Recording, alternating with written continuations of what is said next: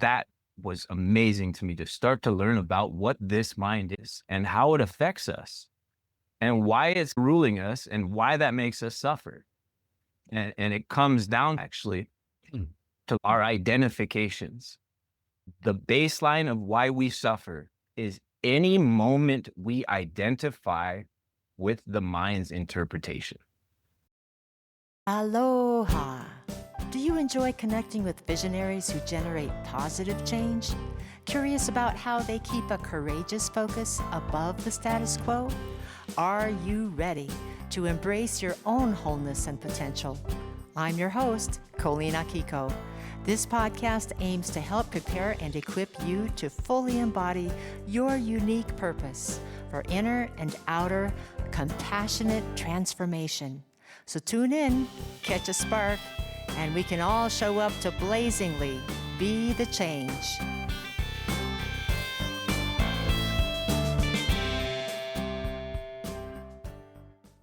How do we engage in the internal world and how do we engage in the external world? And what are the different modalities that we need to learn? What are the different strategic ways of traversing those worlds? Because they're very different. In the internal world, we have to learn how to experience life, which is dependent on whether we're resisting our experience or not resisting it. In part 1, we heard how Matthew Hara, as a sensitive soul, moved from addiction to awakening.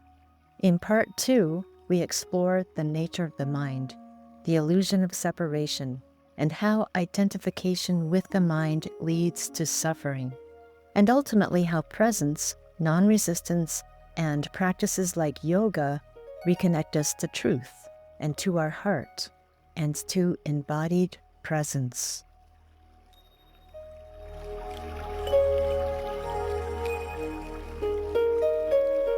I'm so glad you brought up the mind, because when you even mentioned the mind earlier, I felt like there's a stopping place there, the mind, because that can be a big scoop that a lot gets lumped into and maybe it belongs. And then we hear about the ego, and then it gets confusing and the mind starts trying to figure out the mind. We need the mind. I need the mind to figure out how to make a morning smoothie, drive the car. So we're not talking about that mind. Yes. We're talking about something a little different. Can you break that down for us from your perspective? Yeah, I'll do my best. I think for me, the key way of explaining it is the mind. It's the mind. It's the contents of the universal mind, and it's like an operating system. And we're all tuned into it, whether we like it or not. Yes. When we get mixed up in it is when we really start to have identification with it. My mind, my thoughts, my this or that is actually, you start to isolate yourself, and that's actually a cutoff from truth, because in reality, everything is sharing everything all at once. Yes. So for me, going to India and why I went back every year for 17 years is because the masters, the teachers over there, they're very clear about the mind. They've been studying it for thousands of years. And so that was amazing to me, to start to learn about what this mind is and how it affects us and why it's ruling us and why that makes us suffer. And it comes down actually to our identifications. One of the first blowout experiences I had in India was I was literally taken into such a space where I could see my own mind working for the first time with a big gap in between it. I could see that I was not the mind, that the mind was thinking and working automatically. So you were observing the mind. For the first time, I went into a very deep witness state. Yep, observing the mind. And for hours on end, my energy had ignited enough to where I could stay steady in watchfulness of the mind. And when that happens, it's like a flashlight turning onto a snake.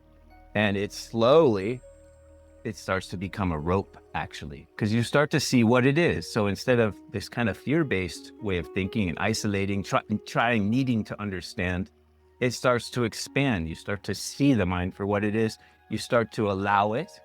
Yeah. And consciousness then can expand outside the parameters of your own mind's ideas of reality.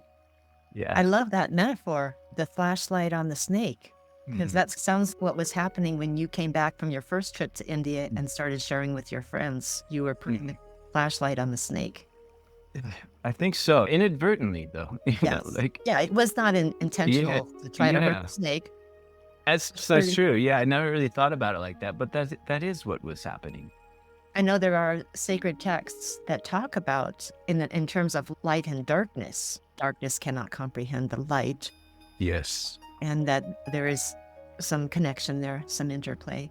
Mm-hmm. But I love that you were open enough, even after these initial experiences of not being understood and maybe experiencing some rejection, etc., judgment, a lot of judgment, and yet you went back for more of what gave you life, and is kept bringing that life back as who you are, and into these situations that you were born into, your family, your friends, were living, etc. Yes. Yeah. Thank you. Like I said, after that first experience on the beach, I finally had a vision. So from a young age, I was watching my parents. I was watching my aunts and uncles. I was watching what the teachers were telling me. And none of it really grabbed me. Like, why are you actually doing what you're doing? I don't see really any of you happy, for one thing. I see a lot of people caught up in responsibility and attempting to create more security for themselves and their life, their 401k, their retirement, your college fund, like all these things that for me were just throwing more and more rocks in my backpack every time I thought about engaging in them. You know, so once I had that experience, and then when I went and I met my teacher, my guru in India after that first experience, this is all that had ever literally made sense to me. Like, as far as like why we're here, like everything else was meaningless. Like coming home, this is some transitory place. And then when you experience being where this is how it is, you're home. And now you're home wherever you are. To have that initial experience that, no, you weren't crazy. You weren't insane for not feeling okay with the insanity. And yeah, I'm grateful because I was stubborn enough to not give into it. You know, I did here and there where I had to. School was a prison for me, like literally getting up every morning. So I wasn't someone who just dropped out and ran off. I made myself go. But then once I was out of high school, I couldn't not just allow my spirit to follow its guidance. I wonder if there are people who will be listening to this conversation, if they're currently feeling like that, like the old Wizard of Oz, where everything was black and white and dull and drabby, la-di-da, and then she steps out and there's technicolor and sparkles. Oh, wow. That's a perfect metaphor. And that is, fortunately, what we have never been really disconnected from. And I love what you were saying before about the mind, that it's our identification with the mind as who we are. And especially that this is my mind. You know, that just aggravates this inner despair that we all have until we don't. When we experience that there are no separations, then we are stepping into that technicolor. Yes, that exactly. momentum of life. Yeah, I would love to share a little bit more on this topic because this is the meat of it. So I had that first big experience in India where I have this gap. I'm seeing the mind for what it was. And it literally, consciousness, intelligence, grace, however you want to call it, it showed me like all the way back to when I first started getting identified with the mind. And it went all the way back to Disney cartoons, actually, and straight into Mickey Mouse. And that was the last scene I saw the mind. Remember, I think it was, is it Anastasia or Fantasia or whatever it's called, where he's got the wand and he's dreaming everything. And so I watched the mind's mechanism for so long, and it went all the way back to there. And all of a sudden I'm watching this scene with Mickey Mouse with the wand. It's a full mystical experience by this point. And I'm watching it and just, wow, this is what the mind is. And I was trapped in this. And it started back here where I started to identify with myself and the external world, right? Individual and other. And then it popped. And all of a sudden everything went pure silence. And such an interesting thing occurred. Each of us, the participants there, had a monk who was our personal guide, someone we could just go to and lean on, get support, ask questions. He literally walked in the moment after that happened, after I'd been in silence for about 3 seconds, like it went. I was like, felt like some kind of huge kind of breakthrough thing. He came in the door right away and it's time to go for a walk, Matthew. And it was such a trip. It's like he'd been watching my process that whole time. I'd been laying in my bed in Shavasana for about 3-4 hours at that point. Let's take a walk, Matthew. Yeah. We go outside. It's beautiful in South India at that time of year. Very jungly, just all of a sudden, just witnessing everything, the trees, the jungle sounds, everything is so rich, so full. Because now the senses are online. When the senses are online, we're experiencing life for what it is in the moment without the interpretation of the mind. And life is so fulfilling just to take a walk, to look at a tree, to take a breath, moment by moment through the senses. So I'm having this experience really powerfully. Yeah. And you want to go get something to eat at the cafeteria? And I was actually really hungry by that point. And I was like, sure. And so we go to the cafeteria, he takes me in, and he's go get some watermelon. I go get some watermelon. I sit down. I'm eating my best watermelon ever. Like senses are on fire. Watermelon's so good in South India. And I'm sitting there for 10 minutes enjoying my watermelon. And then this friend from Scandinavia who I'd met, who's in the process also, he walks in the cafeteria. I'm in there alone at this point. And I'm in such a state where when I put my attention on him, I can literally see exactly what his mind is doing, what his thoughts are saying. And it's one of the biggest lessons of my life happened because I could see as he walked into the cafeteria, he identified for a second where his body was, where the food is, and then he started walking towards the food. He gets to the watermelon dish. It's empty because I'd taken all the watermelon at this point. And the story in his mind is like, oh, it's empty. And he started to suffer. And so I'm watching all this happen in his mind.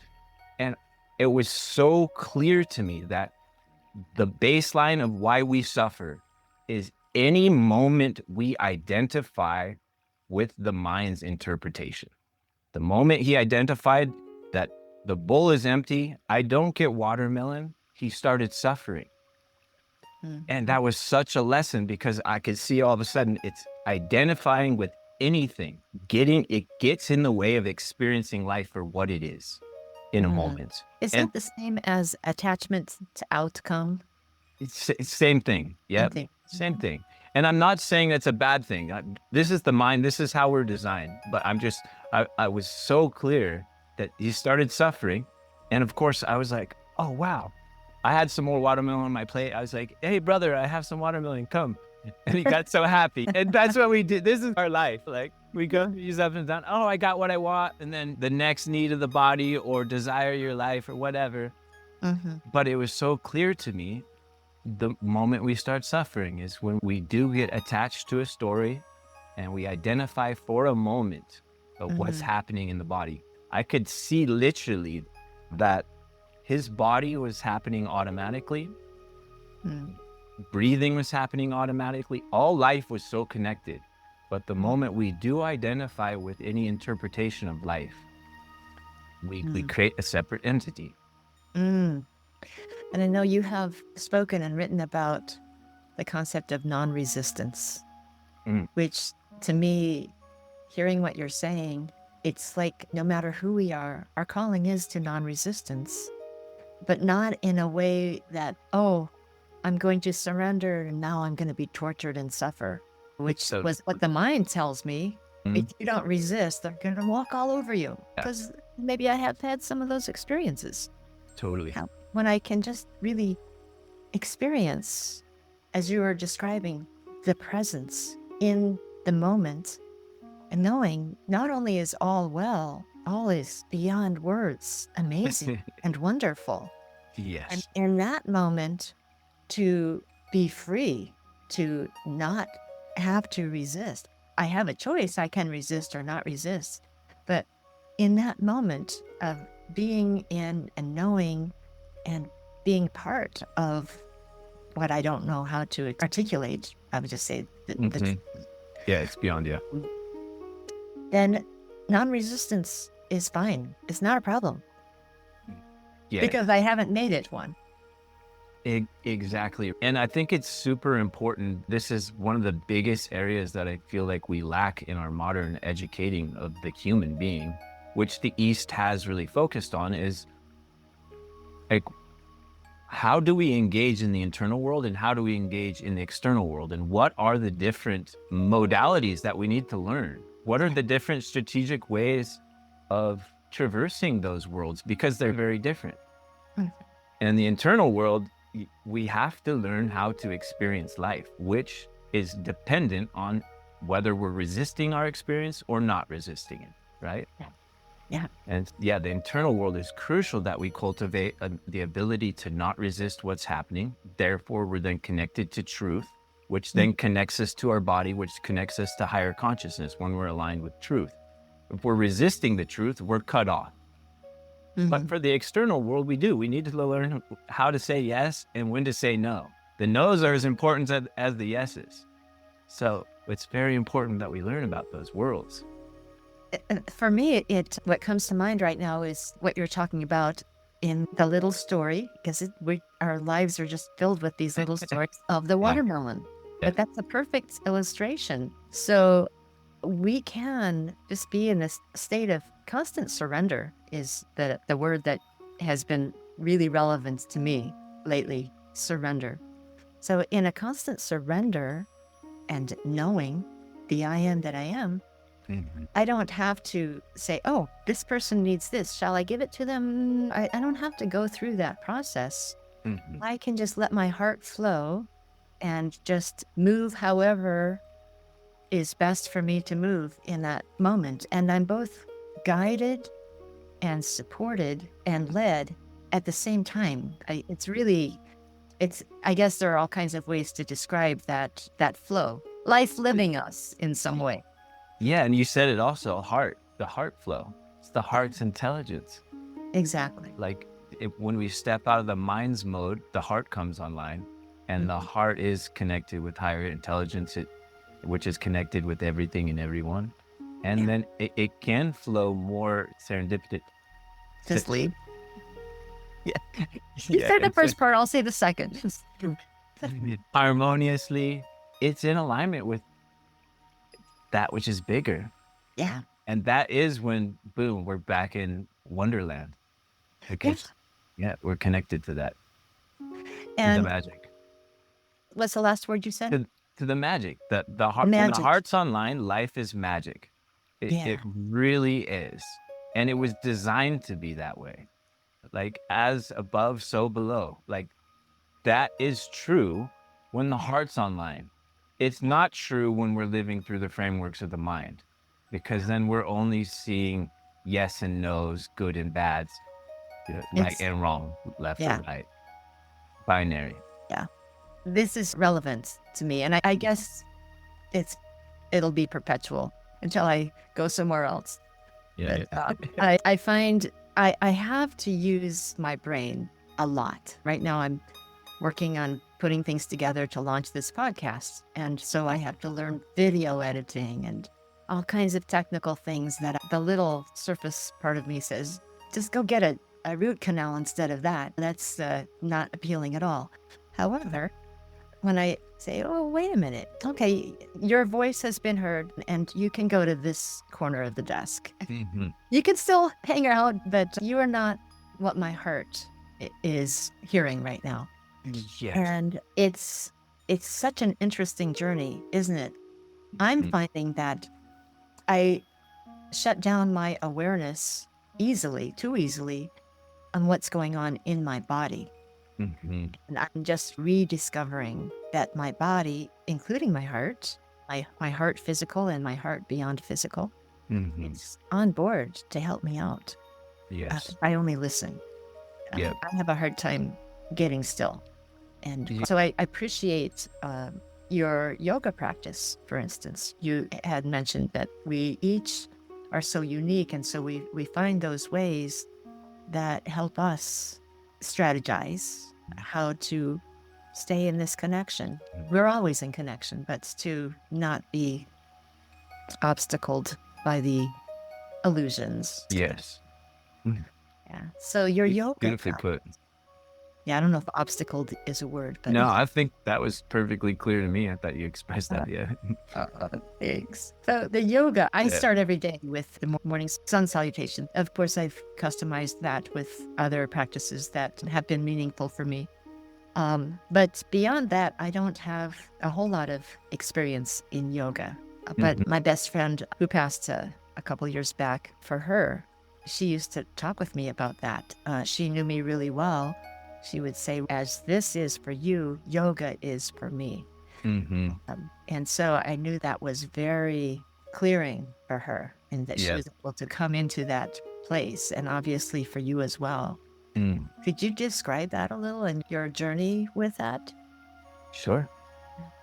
So I was always super athletic, as I mentioned, when I was a kid, and I was also very connected to nature. I was a snowboarder, a surfer, like a backpacker. My family used to hike a lot, and so being in the body, it was something that I was used to since I was a kid. It's probably what got me through my childhood, being able to do athletics and sports and be outside, because I stayed healthy, though I was ravaging myself with substances. But the body was still strong and healthy and very capable. So I think yoga acted as one of the main initial bridges for me of a spiritual practice that I could really apply into my life. Mm. And of course, many of us, we start with this concept of yoga being these postures, right? And we learn the sun salutation, for example.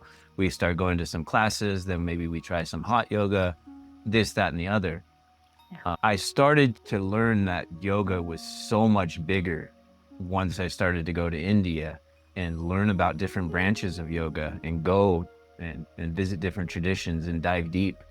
And I started to become aware that this isn't just for health of the body, which my body was pretty healthy. And yoga is helping me get more flexible and strong. But there's all these, it's actually a technology from your densest levels of physicality and consciousness to your subtlest. And there's all these branches to yoga. And this technology is so intelligently designed when you learn this full spectrum of it. So I started to learn about that, and I just knew that this is critical for me to apply every single day because of where I'm going. I didn't know where or what that was going to look like. I just knew I'm on the path to freedom. That's all I care about. And if I'm going to do that, I know I'm taking my body, and my body needs to be at a certain level. And the monks, of course, over there, we would have long conversations about this. The body, if it can't hold a vibration, it's just like a power plug. You'll blow a breaker. And because I wanted such a state of freedom, I knew I had to be able to hold that kind of a charge. Like, that just made sense to me. That's basic practical sense. And I think it's so critical, and I think often overlooked, especially in the portrayal of yoga in the West. It's mostly glamorized in a surface level. It's definitely beneficial and helpful for people, and people like it and makes them feel good. But if we know, if we're doing it so that our consciousness stays at a higher level and can maintain a higher frequency, gosh, that gives even more of a driving force as to why to do it. And it's not just that, it's a process of going through our past filing cabinets, which are all stored in the body. Yeah. And so yoga, it is a pathway for that if utilized in that regard. Yeah. So, yeah, it's just been a huge part of my path, and I'm very passionate to bring more light to it, especially to Westerners, because I feel like for the most part, it's pretty poorly portrayed as far as its potential, and it's not generally being used for its potential. And yoga certifications are given way too quickly. And there's too many yoga teachers that actually haven't deeply applied this science within their own body and being for transformation, and so that they can pass on and truly honor this great lineage. I've heard that from another yoga teacher in Southern California as well, whom I've not met personally, but I've had I had a real in-depth Zoom conversation with him a few months back, and he spoke of, in Westernized yoga, that many people would be surprised that colonialism is a part of Westernized yoga. And I found that, sadly, not that shocking. Because colonialism seems to reach into so many different aspects of everything. Yeah. Coming from that energy of gotta have it, gotta control it. But seeing from what you just shared, that the wisdom of the body Yes. can come through so beautifully and clearly in that intentional practice. It's not a practice that I've gone very far with, but I do find, even just in my few minutes in the morning, that there is something that I'm just starting to tune into more and more. That is the sacredness of being able to be in the body. There's something about that. We get Christianity with the incarnation of Christ, the Son of God, which I love Jesus. And the concept of being in non-duality is one of the hardest things that I've ever experienced as a Christ follower, because I wasn't taught Christianity that way. I was taught the opposite. That would be very blasphemous. In fact, in my journey that way, talk about going on a tangent, but in my journey, it took me about 1.5 years of going out at dawn or pre-dawn and just working this out in my mind, in my being. And when I finally said, okay, I'm going for it, I got to make the shift. And I said, if I die, because I knew if I wasn't right, I would be committing blasphemy. But I was shown very clearly in that moment, and in a vision, actually, that no, I know that there's a chant in Sanskrit, but I am in the divine, and the divine is in me. And in my understanding, I came to experience the truth of that. And when I have my little yoga time, I feel that in my body.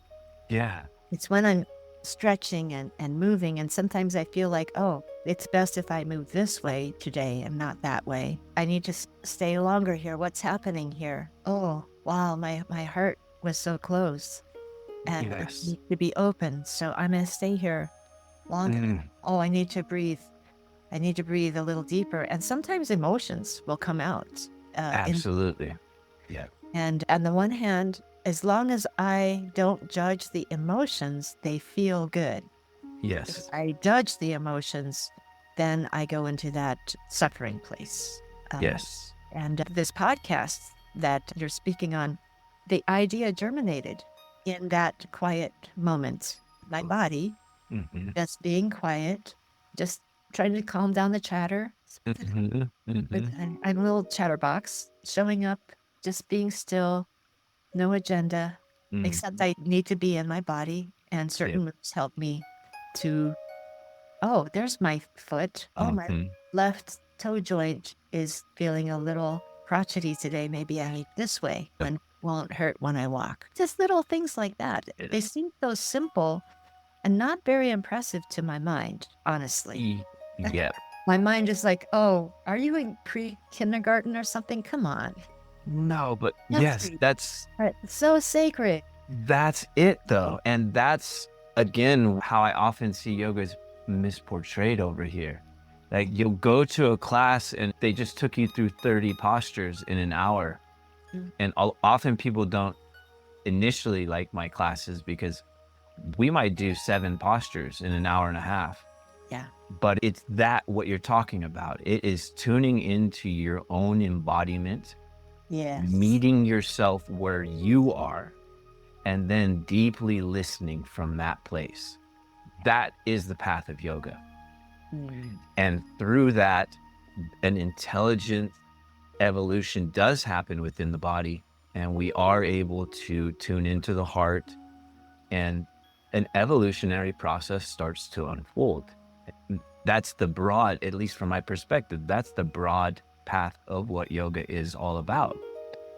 And it doesn't have to be complicated. It doesn't have to be rigorous. It doesn't have to like hurt. In fact, a lot of people do get injured after doing yoga, especially for a number of years in an imbalanced way. And all of a sudden they become too flexible because they didn't cultivate the other half of that, which is stability and strength. There's this concept of yoga is about flexibility. It's not. That's one aspect that is bred. But if you don't balance the flexibility with strength, then you don't build in balanced action. It's like going overly feminine is the flexibility side and lacking masculinity, or it can be opposite, right? Right. Males generally need a little bit more feminine energy, need more flexibility, but the balance of action is what yoga is all about. This intelligent, balanced action while embodied Yeah. brings online higher consciousness more frequently. It's about an embodiment practice.